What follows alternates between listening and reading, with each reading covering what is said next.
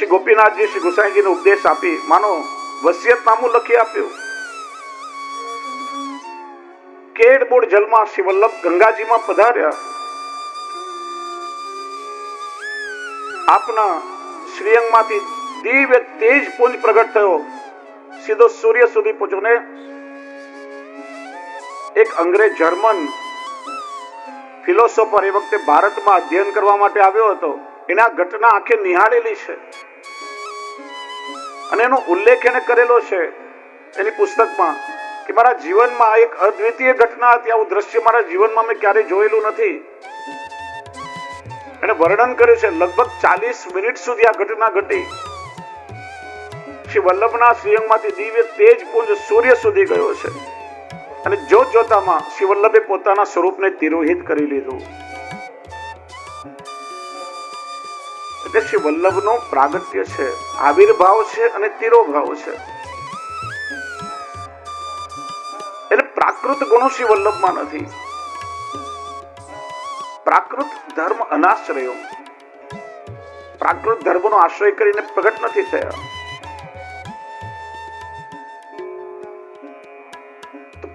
પ્રાકૃત શબ્દનો એક અર્થ, ધર્મ શબ્દનો એક અર્થ ગુણ, ધર્મ શબ્દનો બીજો અર્થ કે પ્રકૃતિએ રચેલા વિકારો, ધર્મનો ત્રીજો અર્થ આત્મકલ્યાણનો માર્ગ. શ્રી ગુસાઈજી કહે છે કે શ્રી વલ્લભે પોતે અવતાર લેવા માટે પ્રાકૃત ધર્મનો આશ્રય નથી કર્યો અને પોતાના સેવકોને પણ એ પ્રાકૃત ધર્મનો આશ્રય નથી કરાવ્યો. ભગવત પ્રાપ્તિ માટે આકરું કઠોર તપ કરવું, દેહનું દમન કરવું, વ્રતો કરવા, સાધનો કરવા, એવા કોઈ સાધન શ્રી મહાપ્રભુજી નથી બતાવ્યા. શ્રી મહાપ્રભુજીએ પોતાના સેવકોને માર્ગ પણ અપ્રાકૃત બતાવ્યો છે અને અપ્રાકૃત ધર્મ એ છે ભક્તિ. ભક્તિ કા ડંકા ભારતને બજવાયા શ્રી મહાપ્રભુજી છે. કઠોર સાધનો શ્રી વલ્લભે નથી બતાવ્યા, કેમ કે ઠાકોરજી કોઈ સાધનોને આધીન નથી. કોઈ પણ ગ્રંથોને, કોઈ પણ પુરાણોને તમે જોઈ લો કે અમુક સાધન કરવાથી કોઈને ભગવાન મળ્યા હોય એવું નથી. ધ્રુવજીના ચરિત્રમાં પણ આવે છે, ધ્રુવજી તપ કરવા ગયા, જલ્દી ઠાકોરજી પ્રસન્ન થયા. તો એ પ્રશ્ન થાય કે મોટા મોટા ઋષિ મુનિઓ યુગો તપ કરીને ભગવાન ન મળે એટલે જલ્દી કે શ્રી મહાપ્રભુજીએ સુબોધજીમાં આજ્ઞા કરી. યમુનાજીના તટ પર ધ્રુવજીએ તપ કર્યું, યમુનાજીનો આશ્રય હતો અને યમુનાજી પ્રસન્ન થયા, એમની કૃપાથી ઠાકોરજી જલ્દી મળ્યા. ધ્રુવ પરાશર અભિષ્ટદેવ કૃપાથી મળ્યા છે. ઘણી વાર આપણે લોકો કહીએ 5 માળાઓ કરશું તો કૃપા થઈ જશે, યાત્રા કરવા જઈશું તો કૃપા થશે, ઘરમાં ઠાકોરજીની સેવા કરશું તો મારા પર કૃપા થશે, અહીંયા સર્વોત્તમજીના સત્સંગમાં આવીને બેસશું તો અમારા પર કૃપા થશે. હું તમને એક પ્રશ્ન પૂછું, 5 માળાઓ કરવાથી જો ઠાકોરજીની કૃપા થતી હોય તો માળા મોટી કે કૃપા મોટી, કોની મહત્તા વધી જાય? હા પોપટભાઈ, 5 માળાઓ કરવાથી કૃપા થાય તો કોની મહત્તા વધી ગઈ? માળાની કે કૃપાની? માળાની. કે કૃપા ગૌણ થઈ ગઈ. એનો અર્થ શું થયો? માળા ન કરીએ તો કૃપા ન થાય. અરે 5 માળાઓ ફેરવાથી કૃપા ના થાય, ઉલટું ઠાકોરજીની કૃપા થાય ને ત્યારે વર્ષોથી કબાટમાં મૂકેલી માળા જડે ને ફેરવવાનું મન થાય. યાત્રાઓ કરવાથી કૃપા ન થાય, એની કૃપા થાય ત્યારે વ્રજમાં જવાનું સૌભાગ્ય મળે. સેવા કરવાથી કૃપા ન થાય, એની કૃપા થાય ત્યારે સેવ્ય બનીને આપણા ઘરે આપણા માથે પધારે ને આપણે સેવા કરી શકીએ. તમે અહીંયા સત્સંગમાં આવવાથી કૃપા ન થાય, તમારા પર કૃપા થઈ એટલા માટે તમે સર્વોત્તમજીના સત્સંગમાં આવ્યા છો. વિચાર તો ઘણા બધાએ કર્યો હશે, તો સુરતમાં ખાલી આટલા જ વૈષ્ણવ છે? ઘણા અહીંથી દરવાજેથી પાછું જવું પડે, અહીંયા સુધી આવે ને ઘરેથી ફોન આવે. કૃપા થાય એ અહીંયા સુધી આવી શકે. કૃપા એટલી કઈ ગૌણ નથી. જેને મળ્યા એને કૃપાથી મળ્યા છે. એટલે શ્રી મહાપ્રભુ જેવા કોઈ કઠોર સાધન નથી બતાવ્યા. જેમ શ્રી મહાપ્રભુજી અપ્રાકૃત છે, એમ શ્રી વલ્લભે ભગવત પ્રાપ્તિનો આ માર્ગ પણ અપ્રાકૃત બતાવ્યો છે. પ્રભુ સાક્ષાત ધર્મી સ્વરૂપ છે, કેવલ પ્રેમ લક્ષણ ભક્તિથી પ્રાપ્ત થાય. માટે શ્રી વલ્લભે અપ્રાકૃત ધર્મનો આશ્રય કર્યો છે.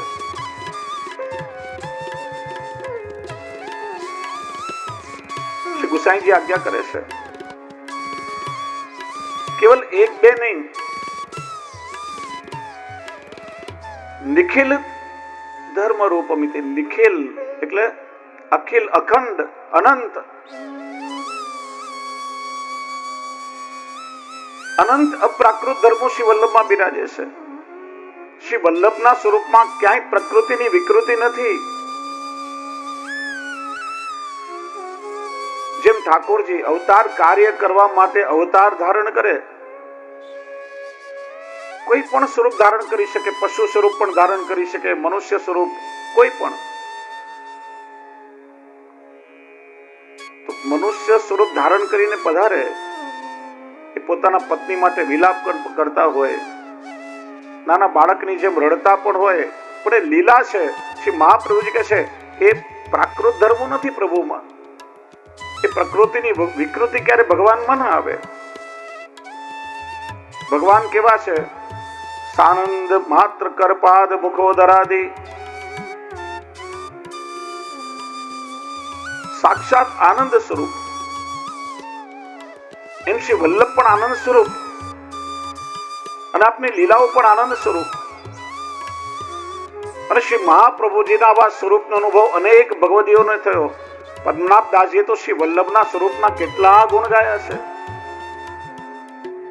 પદ્મનાભ દાસજીના સ્વરૂપનો અનુભવ થયો, આપણે ગાયું, શ્રી વલ્લભ રૂપ સુરંગે, શ્રીમદ વલ્લભ રૂપ સુરંગે, અંગ અંગ પ્રતિ ભાવન કે ભૂષણ, વૃંદાવન સંપત્તિ અંગ અંગે, નિગમ પ્રતિપાદ્યમ. નિગમ એટલે વેદ. વેદમાં જે પ્રતિપાદિત છે, વેદ ધાતુ પરથી વેદ શબ્દ પડ્યો છે. વેદ એટલે જાણવું. વેદ સ્વયં પ્રભુના શ્વાસમાંથી પ્રગટ થયા છે. પ્રભુની પ્રત્યેક કલ્પની લીલાને, ભગવત સ્વરૂપને વેદ જાણે છે. એટલે જે શાસ્ત્રમાં પરમાત્માને સમજાવવામાં આવ્યા હોય એને વેદ કહેવાય છે. 4 વેદ, એના 8 અંગો, 4 ઉપવેદો, બ્રાહ્મણ ગ્રંથો, આરણ્યક ગ્રંથો, ઉપનિષદો, આ બધાનો એમાં સમાવેશ થાય. અને વેદોની રચના કોઈ મનુષ્યએ નથી કરી. યસ્ય નિશ્વસિતમ વેદ, પ્રભુના શ્વાસમાંથી પ્રગટ થયા. તેથી ભગવદ વાણી છે. અને ભગવદ વાણી એ પ્રત્યેક જીવ માટે પ્રમાણરૂપ છે. આ વેદો શાશ્વત છે. એટલા માટે જ આપણો ધર્મ સનાતન વૈદિક ધર્મ કહેવાય છે. સનાતનને સમજો. કોઈ પણ સંપ્રદાય સનાતન ધર્મની બહાર નથી. એટલે સનાતન ધર્મ કોઈ એક સંપ્રદાય નથી. સનાતન એટલે શાશ્વત, ઇટરનલ, જેનો આદિ નથી, જેનો અંત નથી. કેમ કે વેદમાંથી પ્રગટ થયો છે. આ સૃષ્ટિની રચના કરતા પહેલા વેદ રૂપે વિજ્ઞાન ભગવાને બ્રહ્માજીના હૃદયમાં સ્થાપિત કર્યું છે. જ્યારે આપણી ઉત્પત્તિ નહીં હતી ત્યારથી આ વૈદિક ધર્મ આપણને મળ્યો છે. એક પ્રશ્ન પૂછું તમને. જીસસ ક્રાઇસ્ટ પહેલા ક્રિશ્ચનો નહીં હતા. કાર્લ માર્ક્સ પહેલા વામપંથીઓ નહીં હતા. મોહમ્મદ પૈગંબર સાહેબ પહેલા ઇસ્લામ ધર્મ નહીં હતો. ગુરુ નાનક પહેલા શીખ નહીં હતા. અશોક જરતોસ પહેલા પારસીઓ નહીં હતા. આ સનાતન ધર્મ કોણે બનાવ્યો? જેને આપણે હિન્દુ ધર્મ, હિન્દુ શબ્દ પાછળથી આવ્યો છે. સિંધુ સંસ્કૃતિ, સિંધુમાંથી હિન્દુ થયો શબ્દ. મૂળ આપણો સનાતન વૈદિક ધર્મ કહેવાય છે. એના સ્થાપક કોણ? તમને ક્યાંય શેડો નહીં મળે. ભગવાન કૃષ્ણ પેલા રામ હતા, દશરથ, ગૌતમ, અત્રિ, વૈશંપાયન, સંભવામી યુગે યુગે પ્રત્યેક કલ્પમાં ભગવાનના અવતાર થયા છે. એક વાર નહીં, દરેક કલ્પમાં કૃષ્ણ પ્રગટ્યા, દરેક કલ્પમાં રામ પ્રગટ્યા. અનાદિકાલથી ચાલતો આવે, એટલા માટે સનાતન ધર્મ કહેવાય છે. કાલે પણ આપણે જોયું, એટલા માટેનો નાશ સંભવ નથી. ગ્લાની શબ્દ કયો છે. અને ગ્લાની ત્યારે થાય કે ધર્મમાંથી એના પ્રાણ ચાલ્યા જાય, અર્થાત સ્વાર્થ માટે ધર્મનો ઉપયોગ થવા લાગે, આત્મકલ્યાણ માટે ના રહે, ત્યારે કહેવાય કે ધર્મની ગ્લાની થઈ છે. અને ત્યારે ભગવાન આચાર્ય સ્વરૂપે પ્રગટ થઈ એ ધર્મને જાગૃત કરે છે.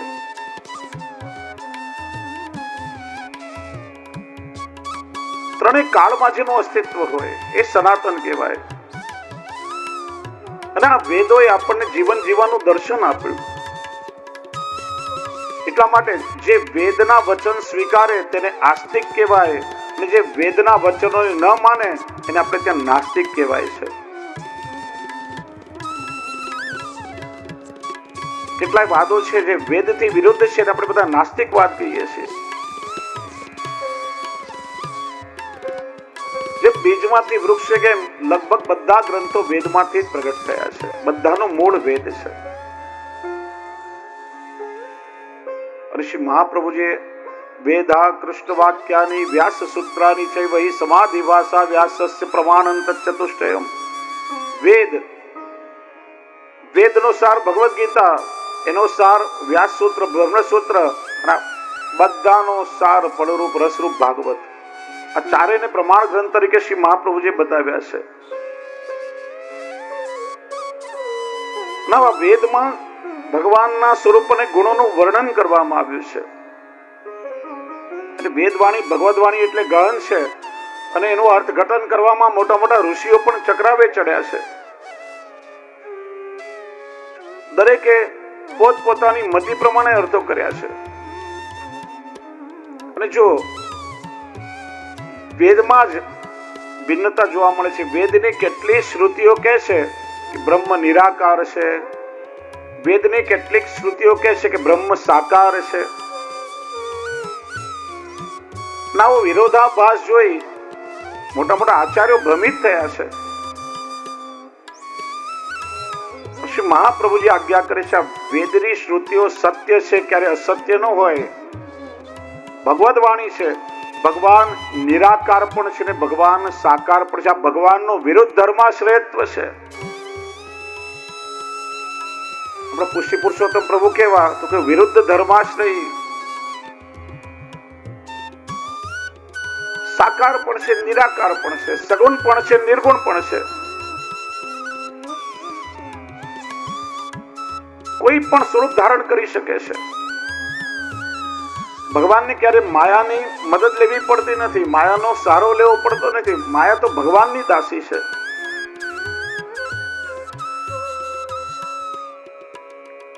એટલા માટે ભગવાનને પરબ્રહ્મ કયા છે વેદમાં. પર જે બધાથી પર છે, સર્વોપરી છે. આજકાલ સોશિયલ મીડિયામાં કેટલી બધી મનગઢંત મૂર્ખાઈ ભરી વાતો ચાલી રહી છે. કૃષ્ણથી ઉપર બીજા ઘણાને બતાવવામાં આવ્યા છે. કૃષ્ણને મનકલ્પિત વાતો છે. આજ કલિયુગનો કાલનો પ્રભાવ છે. મનકલ્પિત અર્થ કરી લેવા. કેમ કે પાખંડવાદ આજે વધ્યો છે. પાખંડ પ્રચુરેલો કે જેના મનમાં જે આવે પોતાની મેળે ઓલ્ટરેશન એડિશન કરી લે. કોઈ કોઈને ભગવાન બતાવે, કોઈ કોઈને ભગવાન બતાવે. વેદની શ્રુતિઓ જે નિરૂપણ કર્યું છે એ સત્ય છે. પરબ્રહ્મ તુ કૃષ્ણોયમ સચ્ચિદાનંદ રૂપકમ. ભાગવતમાં કોને બતાવ્યું? સચ્ચિદાનંદ રૂપાય વિશ્વોત્પત્યાદિ હેતવે તાપત્રય વિનાશાય શ્રી કૃષ્ણાય વયમ નમઃ. વેદ એ ભગવદ વાણી છે ને એ સત્ય હોય.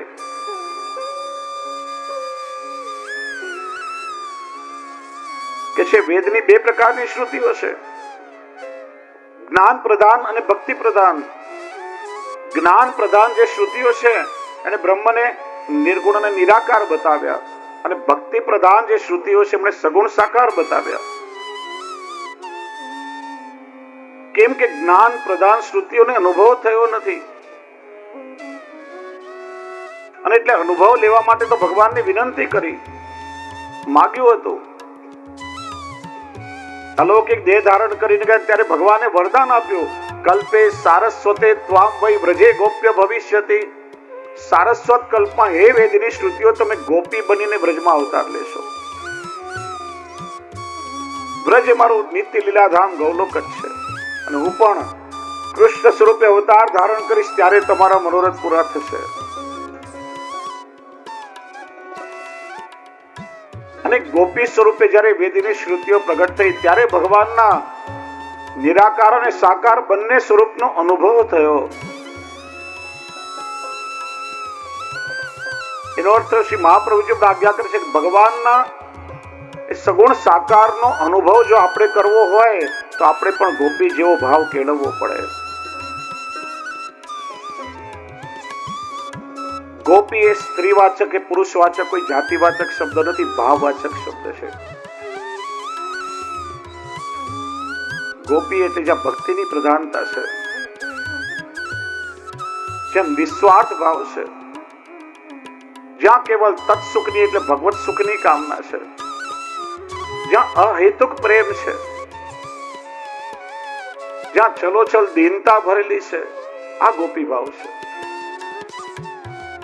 અને એ કૃષ્ણને જ્યારે સાકારિત સ્વરૂપે અનુભવ કરવા હોય તો આપણે પણ એવો ગોપી ભાવ હૃદયમાં ધારણ કરવો પડે, ત્યારે પ્રભુની અનુભૂતિ થાય. એટલા માટે શ્રી ગુસાઈજી આજ્ઞા કરે છે કે ભગવાન એટલે પ્રભુ અને વલ્લભ એટલે મહાપ્રભુ. પહેલી નજરે જોતા વિરુદ્ધ જણાય, પણ વાસ્તવમાં બંને એક સ્વરૂપ છે. અને એટલા માટે બંનેના એ ઐક્યનું નિરૂપણ શ્રી ગુસાઈજી આ શ્લોકમાં કરે છે.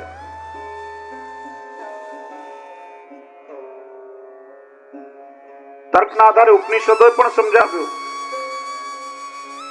કે પરબ્રહ્મ પ્રાકૃત ધર્મોથી રહિત છે, માટે નિરાકાર છે. અને નિરાકારનો અર્થ એવો નથી કે એમને આકાર જ નથી. હું તમને ટૂંકમાં સમજાવું.